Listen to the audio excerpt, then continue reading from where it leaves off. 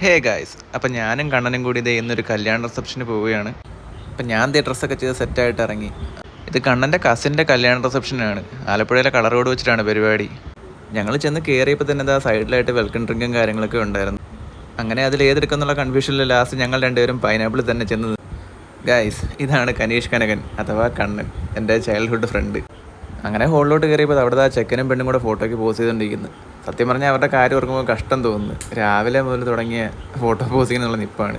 കുറച്ച് നേരം അവിടെ നിന്ന് അതൊക്കെ കണ്ട് ഞങ്ങൾ ഇതേ ഫുഡ് കഴിക്കുന്ന ഏരിയയിലോട്ട് പോയി. അവിടത്തെ നല്ല ചൂട് പാലപ്പവും പൊറോട്ടയൊക്കെ ലൈവായിട്ട് പ്രിപ്പയർ ചെയ്തുകൊണ്ടിരിക്കുമായിരുന്നു. അങ്ങനെ ഇതൊക്കെ കണ്ടപ്പോൾ ഞങ്ങൾക്ക് ഞങ്ങളുടെ വിശപ്പ് പിന്നെയും കൂടി.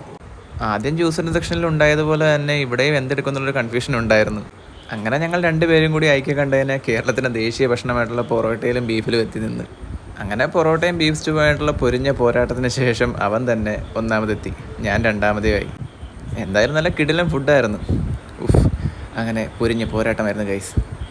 അങ്ങനെ വയറ്റിലുള്ള ബാക്കി കുറച്ച് സ്പേസും കൂടെ എങ്ങനെ ഫില്ല് ചെയ്യുമെന്ന് ഓർത്തപ്പോഴാണ് ഞങ്ങൾ രണ്ട് അവിടെ ഐസ്ക്രീം കണ്ടത്. അവിടുന്ന് 2 പിസ്ത ഫ്ലേവർ ഐസ്ക്രീമും എടുത്ത് ബാക്കിയുള്ള സ്പേസ് കൂടെ ഫില്ല് ചെയ്ത്.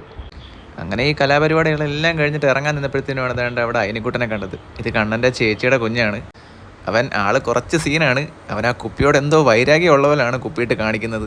ഇതെല്ലാം കഴിഞ്ഞ് അവനോടൊരു ടാറ്റയും പറഞ്ഞ് ഉമ്മയും കൊടുത്ത് ഞങ്ങൾ രണ്ടുപേരും കൂടി വണ്ടി ഇരിക്കുന്ന സ്ഥലത്തോട്ട് നടക്കുകയാണ്. ഇനി ഞങ്ങൾ രണ്ടുപേരും കൂടി നേരെ വീട്ടിലേക്ക്. അപ്പോൾ ഇന്നത്തേക്ക് ഇത്രയേ ഉള്ളൂ. Okay, by.